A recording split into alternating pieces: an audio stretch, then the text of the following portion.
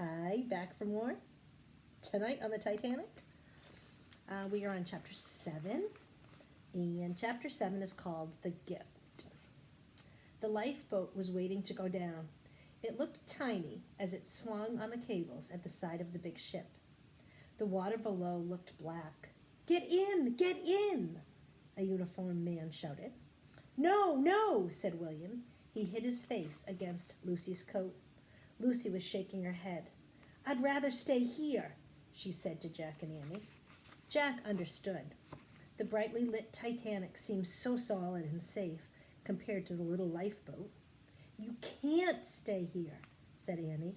"The Titanic is going to sink soon." "Very soon," said Jack. Lucy kept shaking her head. Jack saw tears in her eyes. "Lucy, we're telling the truth," said Jack. "You and William are in great danger." "You have to be brave now," said Annie, "for your brother's sake." Lucy straightened up and tried to smile. "All right," she said, "I will."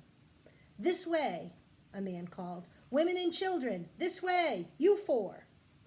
He pointed at them. "Get in," said Jack. He gently pushed Lucy and William forward. "Goodbye, Lucy," said Annie. "Goodbye, William." Lucy looked surprised. "You're not coming?" she said. "No, we're going home another way," said Annie. "Oh, dear," said Lucy. "I hope you'll be safe." "We will. Don't worry," said Jack. "Wait," said Lucy. She reached into her coat pocket and pulled out a silver watch on a chain. "This is a gift for you both," she said. "It's our father's watch. We carried it on the voyage for good luck. I have a feeling that the two of you were our good luck tonight."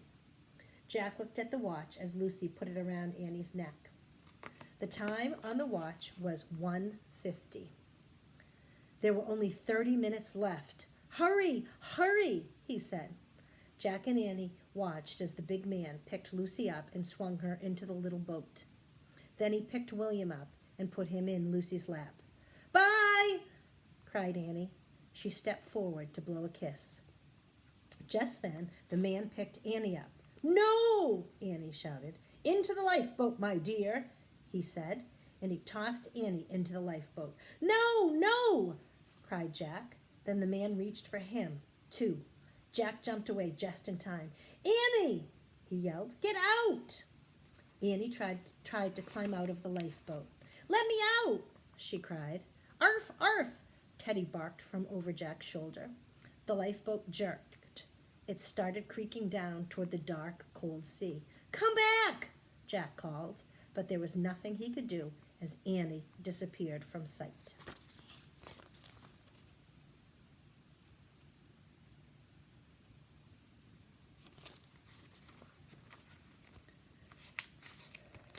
Chapter 8 is called Every Man for Himself. "Annie!" cried Jack. "Let me out!" He heard Annie shout, but the lifeboat kept going down. "Wait for me!" came a loud voice. "Wait for me!" A woman in a fur coat appeared at the railing. She nearly threw herself over the side of the ship. "Stop!" the uniformed man called. "Bring the boat back up for Lady Blackwell." Slowly, the lifeboat was brought back up. Jack pushed his way forward. The lifeboat came even with the ship. Jack reached out to Annie. She grabbed his hands. He pulled her back onto the sinking ship. "Room for one more," Annie shouted to Lady Blackwell. Then she and Jack took off before anyone could catch them. They ran up the slanting deck. Annie stopped and peered over the railing. Jack looked too. They saw Lucy and William's little lifeboat creaking down toward the Atlantic Ocean. It reached the glassy black water. Then it floated off into the darkness. Annie waved. "Bye, William! Bye, Lucy!" she shouted. "Thank you for your gift!" She held up the watch that hung from her neck. Then she and Jack looked at it. The time was 12:05. "Only 15 minutes left," said Annie. "We have to get back to the treehouse now," said Jack. "Let's climb the stairs to the smokestacks." Suddenly, the front of the ship dipped down into the sea. Deck chairs started to slide past Jack and Annie. The band played a slow, calm song. It sounded like a church hymn. But the crowd started to panic. People pushed and shouted, trying to get to a safer part of the ship. "It's every man for himself!" the captain shouted to all of his crew. The men all stopped what they were doing and ran up the deck. Jack and Annie ran too. They dodged sliding tables and chairs.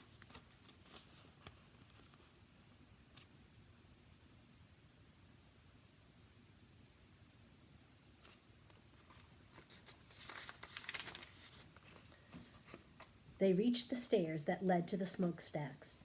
They grabbed the railing and pulled themselves up the steps. The ship tilted further. Get to those smokestacks!" cried Jack. They slipped and crawled down the deck, but when they got to the smokestacks, Jack and Annie looked around wildly. The magic treehouse was gone. Chapter 9 is called Time Stops.